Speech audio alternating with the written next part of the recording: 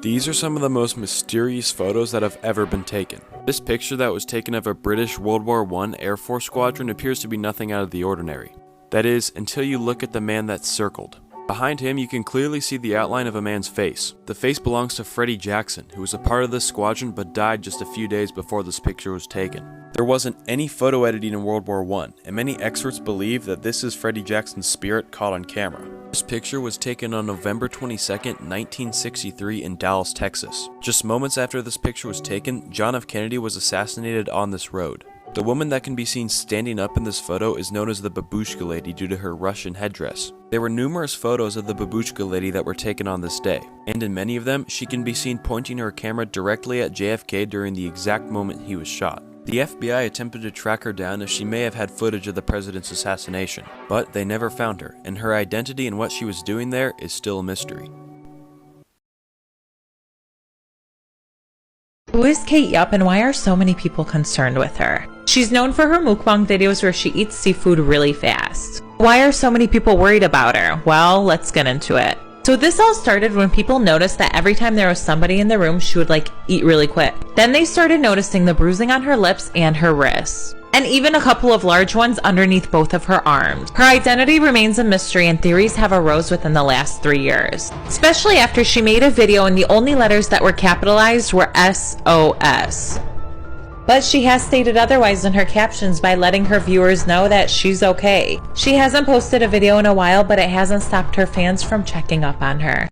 If you don't know who this man is, his name is Mark Minnie, and the information I'm about to provide to you today is so crazy.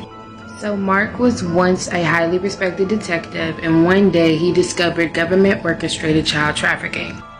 Of course, Mark immediately wanted to investigate, but he was actually blocked from doing so. So at that time, Mark actually decided to withdraw from law enforcement and start his own investigation. He went on to become an investigative journalist, and he wrote a book exposing high government officials and powerful elites who were accused of kidnapping children and taking them to a place called Bird Island where they were abused and possibly more.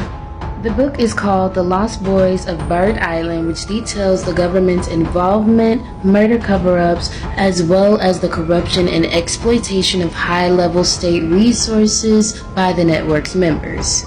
The book was published August 5, 2018, and suddenly, Mark was found dead on a farm in South Africa with a bullet wound in his head. Police stated it was a suicide, but Mark's family disagrees. A relative of his named Tercia Dodo was interviewed, and she stated that she knew about the book before it was published, and she said Mark also told all of his family members that he felt like his life was in danger, and if anything happened to him, they must know that he was killed.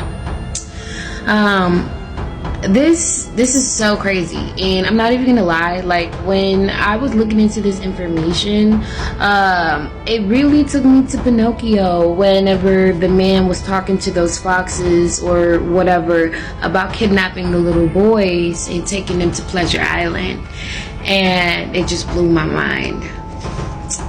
This story is terrifying to me. Welcome to Creep Time on TikTok with Silas Dean. Today we are covering the disappearance of Brandon Lawson. On August 8th, 2013, Brandon Lawson gets into a fight with his girlfriend. She believes he's under the influence, and he leaves at 11:54 p.m. to go to his dad's place. While driving after midnight, Brandon runs out of gas along Route 277 near Bronte, Texas, and he calls his brother for help. He speaks distressingly, claiming that he sees someone on the highway and that he's being followed, but it's unclear whether he might have been hallucinating or if he actually saw someone. Between 12:50 and 1:15 in the morning, Brandon would make a series of very distressing phone calls, one of which is to 911. For reasons unknown, he would leave his truck and then sprint into the woods off the highway. Officers and his brother arrive by 1:10 and find the truck completely abandoned. His brother then gets a call from Brandon where he's described as panicked and claims that he's bleeding. His brother asks where he is, and he replies, "I can see you, I'm right here." But neither police nor his brother can see or hear him anywhere.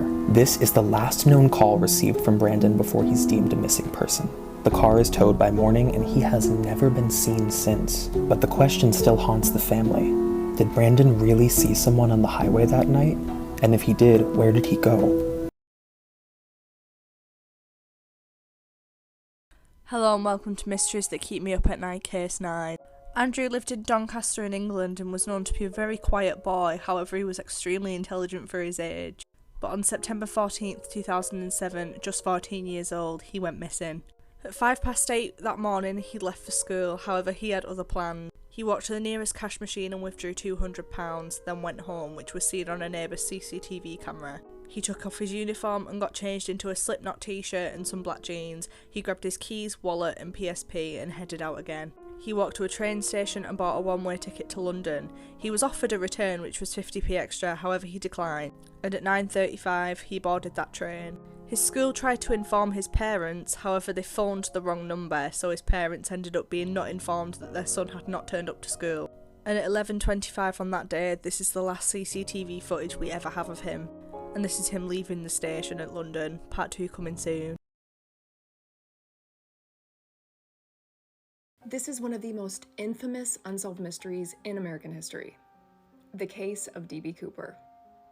On November 24th, 1971, a man who went by the name of Dan Cooper boarded a Northwest Airlines flight from Portland to Seattle. This was a really quick 30-minute flight. Shortly after takeoff, Dan Cooper calmly ordered a bourbon and soda and then slipped a note to a stewardess. His demands were $200,000 and 4 parachutes. He was hijacking the plane. The exact wording of the note remains a mystery as he took it back after giving it to her, but it mentioned a bomb and he directed her to sit on the seat next to him. Dan Cooper was extorting $200,000, which is equivalent to about $1.2 million today. The plane landed shortly after, and airline employees delivered the cash and the parachutes in a knapsack while Cooper allowed all passengers to leave the plane. Cooper then demanded to be flown southeast towards Mexico City. Flight attendant Mucklow told investigators he seemed rather nice. He was never cruel or nasty. He was thoughtful and calm all the time. He even requested meals for the crew during the hijacking. Mucklow asked Cooper if he had a grudge against the airline. Cooper replied, "I don't have a grudge against your airline, miss. I just have a grudge." After the second takeoff, Cooper told Mucklow to show him how to open the airplane door and then told her to go join the crew in the cockpit and stay there with the door closed. Moments later, a light flashed indicating the door had been opened. Cooper was gone. He was never seen nor heard from again. It was obvious that the name Dan or D.B. Cooper was an alias. Many suspects have been named throughout the years, but his real identity remains a mystery. It wasn't until 1980 when a young boy on vacation with his family found several bags of the ransom money on a beachfront near Vancouver, Washington. The money was identifiable by serial number, but nothing else was found after an intense search of the area. After all these years, the question still remains, who was D.B. Cooper? Did he survive? And if so, where did he go? Do you guys know the story behind the Amber Alert? On January 13th, 1996, 9-year-old Amber Hagerman rode her bike with her little brother Ricky 2 blocks away from her grandmother's house. Suddenly, a man in a black pickup truck approached Amber and forced her into his vehicle. The only witness to Amber's abduction was a 78-year-old man named Jim Kevill, who immediately contacted police and notified them. Amber's little brother Ricky does not remember much of what happened that day, but he does recall riding his bike back home and his sister not being behind him. 5 days later, Amber's lifeless body was found in a nearby creek, and 26 years later, her murder remains unsolved. When Amber went missing, there was no available notification system to alert the public of Amber's kidnapping. 9 months later, the Amber Hagerman Child Protection Act was passed, leading to the start of the Amber Alert system. The case has never gone cold, and police continue to work on finding the person responsible for Amber's abduction and murder. Amber would have been 35 years old today. Do you know why the safety seal exists on most medications? The story behind this is a lot darker than you might imagine. So in 1982, 12-year-old Mary Kellerman died at home under mysterious circumstances. That exact same day, 27-year-old Adam Janis died as well. And then his brother, and then his sister-in-law. Over the course of several days, there were 7 people in total who all died under these mysterious circumstances. That is until investigators found the common link: over-the-counter bottles of Tylenol. It was found that an unknown number of these bottles had all been opened within their stores and were laced with cyanide. All medications were pulled from shelves across the entire country. The manufacturer loses hundreds of millions of dollars on this. But the culprit for this was never actually caught, and it's unknown how many bottles across the US were tampered with that potentially could have caused a mass national casualty. Since 1982, safety seals have become a staple on all over-the-counter medications in the US.